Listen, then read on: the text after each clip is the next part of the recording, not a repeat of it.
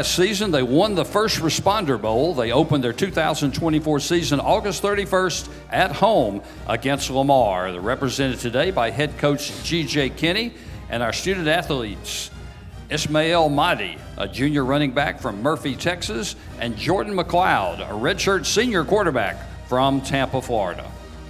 We'll begin with opening remarks from Coach Kinne, and then we'll take questions for both Coach and the student athletes. Coach? All right. Thanks for having us. I'd like to start out by giving my wife a shout out. Summer, I know she's watching. We just, had our third child, first little girl, and we induced early to make sure we were here today. So I would not be here if it wasn't for her and that decision and a real coach's wife decision right there. So appreciate you. Kelly Danfus, start with him, our president, and athletic director Don Coryell and their leadership, Commissioner Gill and Travis Llewellyn and John McCaid. Three guys that have a lot of confidence in the Sun Belt because of those three guys. Talking about the real reason we're here, these two guys up here, and that's what it's about, is these players, and starting with Jordan McCloud, reigning Sun Belt Player of the Year. We got him in the transfer portal from JMU, and somebody that from the time that he's gotten here has just been a real leader for our team, and really picked up the system fast, and somebody that really represents the Sun Belt and Texas State very well on the national stage. Ismail Mahdi, first-team All-American, led the country in all-purpose yards. Texas high school kid, somebody that I had the privilege to coach last year and then coach against the year before. And, as everyone sees the stats and the numbers and all that, but the type of person he is and the type of leader he is for our program is huge, and somebody that to be honest, if he got in the portal, could have gone anywhere in the country, and we had those talks, and he decided to come back and play for Texas State and be the face of the program and continue and build upon the success that he had last year. So really happy to have him back and happy to have him, really lead our program. People talk about the portal and the guys that we got in the portal and all that, but really the guys we're able to retain on our current roster was really the big win for us, the best recruiting we did all offseason. Really it started from the day after the bowl game. Really, the night of the bowl game after we beat Rice, had a huge win. I was calling our current players like Ish. The next morning at 7 a.m., I'm calling donors and trying to raise as much money as possible because we have some super talented players on our roster, and we couldn't have gotten anyone better than those guys in the portal. And so really excited that we're able to retain those guys. And obviously you're going to lose some, but that's just the way it goes. But the guys that decided to decide, I'm really, really happy that they decided to stay at Texas State. I think last year, it was a year one. Obviously, we probably exceeded some expectations on the outside world, but there was some inconsistencies in our game last year, and that's something that we've continued to try to build. And I think we addressed some of those in the portal and in the recruiting, but also keeping our coaching staff, I think, was huge, intact, and I think we have one of the best coaching staffs in all of the country. Offensive coordinator Mac Leftwich had opportunities just like our other, some of our players to move on, and he decided to stay with us, which was a huge win. We lost our defensive coordinator, but hired someone that I'm very familiar with, Dexter McCoyle, our defensive coordinator. That's been with me now for going on year 3, but I also played with him in college, and we were teammates together, so someone I'm really familiar with, and someone that I know will do an outstanding job. Daniel DePrado, our special teams coordinator, who I think is one of the best in the country. You hire a Chad Morris as the receiver coach and pass game coordinator who has experience as an SEC head coach, and it was my offensive coordinator in college. Jordan Shoemaker, our run game coordinator, offensive line coach. That's one thing I always get confused about is when I was at UIW, we led the country in offense last year in the Sun Belt, had the number 1 offense in the Sun Belt, number 1 rushing attack, and we never have any offensive linemen on preseason list or whatever. So hopefully that'll change at the end of the season, because I think we have a really good offensive line. On defense, talked about Dexter McCoyle, but you got Bradley Del Pivido, that was the defensive coordinator last year at UTEP that we were able to hire, and somebody that's fit really well with that defensive staff. Matthew Gregg, Michael Gwynn, and a couple of our coaches on the defensive line and corners. So I feel like we have a really good staff. I miss Barrick Neely on offense and Will Bryant, two other outstanding coaches. So feel really good about our staff going into year two, and what we have coming back on both sides of the ball and on special teams. I think probably the deepest we've been at some positions. I think that was one thing figured out last year in the Sun Belt. And year one, just we weren't deep at some positions. I feel like the defensive line, we have 7 defensive linemen, defensive tackles that we can put in the game and feel really confident about. You got a Ben Bell that was up there among the best in the country last year in sacks, and you add a Stephen Parker that I coached at UIW, 6'4", 270 pounds, that can really run and disrupt things, and that's one thing. Being in the Sun Belt last year, you look around the league, you talk about your Troys and the James Madisons, the guys that really dominated last year. They had a dominant defensive line, so that's one of the areas that we felt like we needed to address, and we got better. So feel really good about that. I think our receiver depth with Joey Hobart and Cole Wilson, 2 of the best in the country. But then, you added guys like Jaden Williams and a Chris Don, that's a young up-and-coming player, a Drew Donley that led our team in a couple of categories early in the season last year. Connor Fox at tight end. So I think we have a number of weapons on the outside for our quarterbacks, and then I think the defensive line, I think those are 2 of the areas that I think we've added some depth and added some real playmakers. So I'm excited about where we're going. Obviously, we got a lot of momentum going into year 2, picked first in the West, which is a great sign of respect, and that was awesome to see. Obviously, I think we were picked 5th a year ago, and so really the preseason rankings don't mean much, but it does matter to us, and we were excited about where we were picked. For us, as a coaching staff, we won 20 games in 2 years, going back to UIW and Texas State. So we are comfortable being on that top spot and winning ball games. I think for us, the expectations going into last year, we were a little uncomfortable with. So excited where we're at, but we still have a lot of room and a lot of growth to happen. I think one thing for us, in the summertime now, everyone's talking about OTAs and practice and football and all that.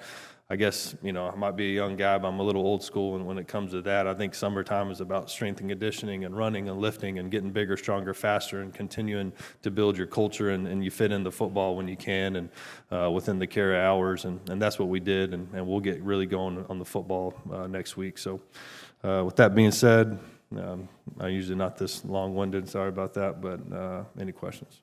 We will open the floor now up for questions. We ask those of you here in the room, please raise your hand for questions, and a microphone will be brought to you. And for those of you joining us on Zoom, please remain on mute and type your questions into the chat. We'll read them here in the room. Kev Chardella with the Win Now or Get Bent podcast. Coach, you're one of 3 teams to bring a quarterback to media days. So obviously, when you bring the reigning Sun Belt Offensive Player of the Year, you want to bring him to media days. But what is it about Jordan McCloud that makes you want to represent this school? Yeah, that was something that, maybe my background as a quarterback, there was probably a thought that went through my head, maybe you don't bring him. He wasn't on our team last year, but since he was at this, played in the Sun Belt a year ago, he's the reigning Sun Belt Player of the Year. I'm not going to punish the kid because he deserves to be here. And ever since he's been here, he's been an extremely hard worker. He's built the relationships with his teammates and earned the respect of his teammates and his coaches. And just really excited about, what he did in the spring and kind of the growth and the work that he put in the summer. And I'm excited to really see him, next week when we really start going in fall camp. Dominic Corsetto, College Football Dogs and Sun Belt Syndicate. This one's to really all 3 of you. With Texas State being the only Texas school within the Sun Belt, what does that I-35 rivalry and that early season matchup against UTSA mean to you guys specifically in that Texas area down there? Yeah, I'll start it off.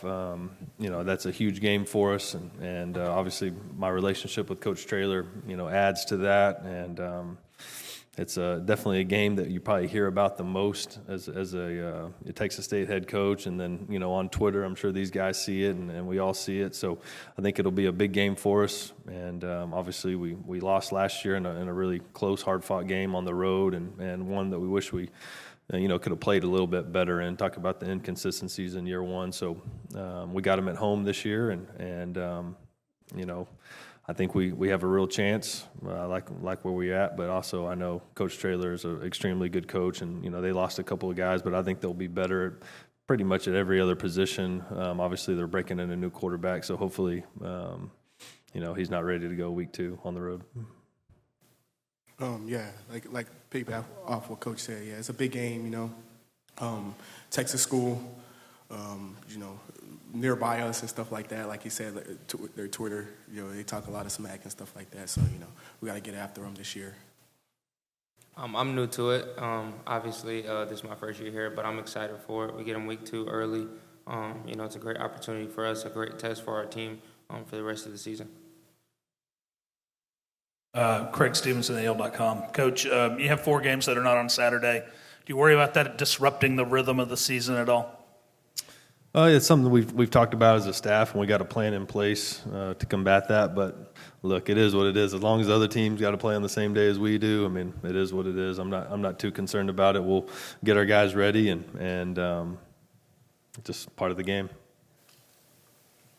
Coach, Tyson Taylor here, KTSW Sports. Over here, right here. Yes, sir.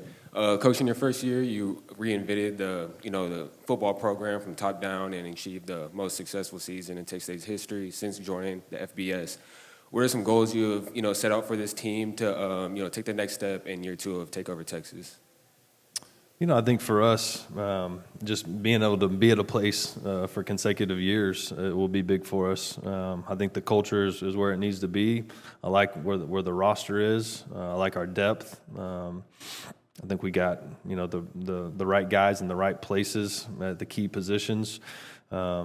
So I think for us, it's just going out there and doing it and being more consistent in year 2. And I think, third down defensively is something we got to improve on, red zone offense. And I think just the overall depth you talk about in conference play, I think will help us on special teams. Got a couple of Zoom questions, and this first one for both Jordan.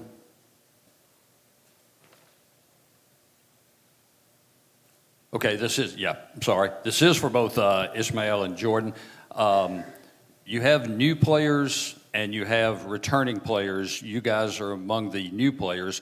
What's the key to assimilating between the returning players and the new players coming into the program? I think it's just building a relationship early in spring, like Coach said, getting to know your guys on and off the field. At the end of the day, every year is going to have new players, retaining players.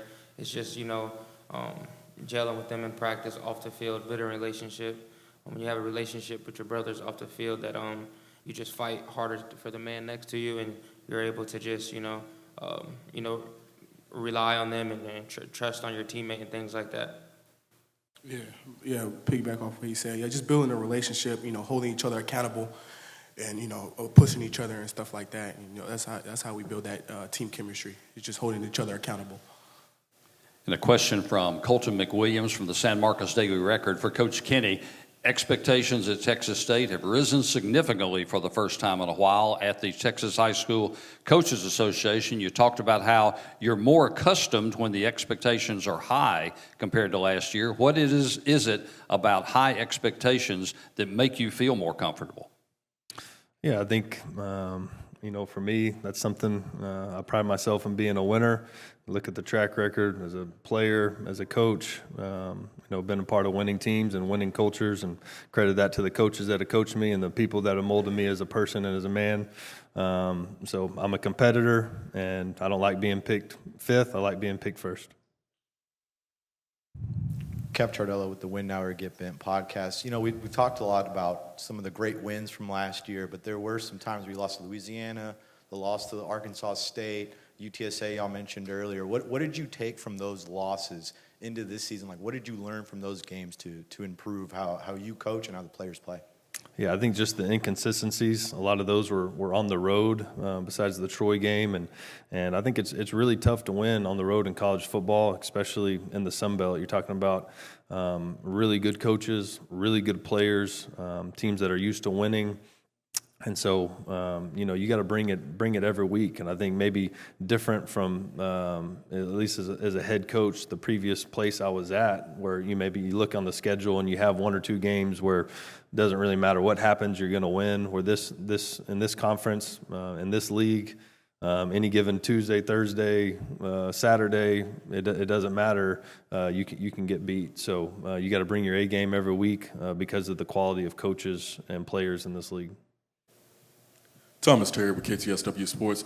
Jordan, as soon as everything was made official with the transfer and everything, you were seen supporting already other Texas State athletic events and everything. How important was that for you to kind of get your face out there and show that you really wanted to connect with the San Marcos, Texas State community?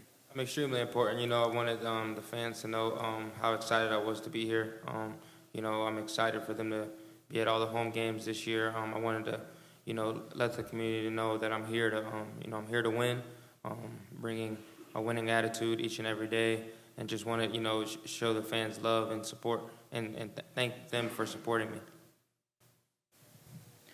Emmanuel Pepe, Sunbelt Conference. Ismail, just talking about especially the special teams unit last year was something that really stood out as well. You guys were among the nation's leaders in kick return average. Just wanted to get you to kind of talk about that and the preparation that you guys put in and what made you guys so successful from that aspect. Yeah, Coach DePardo does a really good job of emphasizing, special teams is a big phase of the game, and he does a really good job of coaching us and everybody else. So, yeah, we do a really good job at special teams, and big props to Coach DePardo for that. We had the big topic of conversation as the EA Sports football game. Coach, you just had a third child. I'm sure you're not allowed to play anymore. But for you two guys up on stage, what's the chemistry like in the locker room and in the dormitories and everything, playing that game with all your teammates and challenging each other off the field as well? I think it's pretty cool. Obviously, it's something, we haven't done for 10 years. 10 years ago, we had to create our player to do it. Now, we're in the game.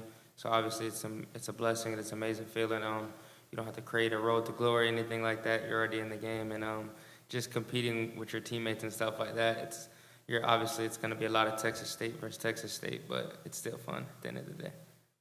Yeah, like what he said, it's competitive. It brings that competitive edge, outside of the field as well too. So we're out there, learning the playbook even more, playing the game and stuff like that. So it's a little bit of advantage as well. Yeah, I have played. It's been fun, and Ish is pretty unstoppable on the game. He's like a cheat code. So. Kev Chardello with the Win Now or Get Bent podcast. This is for GJ and for Ish. You were talking about retaining players. A big player you retained was Ismail Mahdi after his big season. What went into bringing him back? And when we go to Ish, what went into you staying? Well, we'll start with Coach. Yeah, I think we just had real conversations with him and his family. And, I think for him, the most important thing was to stay at Texas State. He let that be known very early on. I want to be here. I love, where this program's headed. I love the coaching staff. I love the relationships that we have. I love the scheme. And, we figured out some other stuff and got that done for him, and we're able to keep him. And I think having the opportunity to be the face of a program, to come to media day, because I know his goals and aspirations are to play in the NFL. And he led the country in all-purpose yards a year ago, and I think he can be even better this year after being year 2 in the system, talking about added weight and added strength. He's had a tremendous offseason, and I expect huge things for him. And I think he's an extremely intelligent person and could see the big picture. And he had great resources in his family to really help him with that decision. And I was extremely happy when that happened because that really kind of set the tone for us this offseason. When he released that video that he was staying and coming back to run it back, you look around college football And it's hard to hold on to your star players, especially at the G5 level. Most of them decided to move on, and we were able to retain Ish, and I think that was a great decision by him. Yeah, for me, it was just the coaching staff, build a good relationship with Coach GJ, McCloud, which is the whole coaching staff, and just understanding the scheme, it just fit me very well, coming back for year 2, I just knew it was going to be, even better. And obviously, want to go to the league and stuff like that. Just Coach Kinne has good resources and stuff. So, everything just worked out well for me. Coach Tyson Taylor here with KTSW. Last year, the Sun Belt led the FBS and bowl participants. And this question's for all three of y'all. What would y'all have to say is the most challenging aspect of playing in the Sun Belt, and what are some of the key factors to winning in this conference? I think you have to win on the road. I talked about earlier, it's extremely hard to win on the road. And I think the coaches here in this league, you look around on both sides, the East and the West, you got really good coaches, really good assistant coaches. So I would say those two things. I would say, obviously I've played in different conferences, but this conference is really fast and physical, especially on the defense side of the ball. But, as far as just winning, like Coach said, on the road is really important. But, that's just taking it play by play, one play at a time, next play mentality, not thinking ahead, not thinking of the next game, taking every day, just being consistent each day and going 1-0 every week. Yeah, the league is very competitive. It's very competitive and physical. You just got to come in. You can't make little mistakes. You can't. You got to make the easy stuff easy, and you just got to come with the right mindset and play every game. With no more questions from the floor, Coach Ish, Jordan, thank you for being here. Good luck to you in the coming season. Thank you. Thank God you. bless. We will be back in approximately 3 minutes with the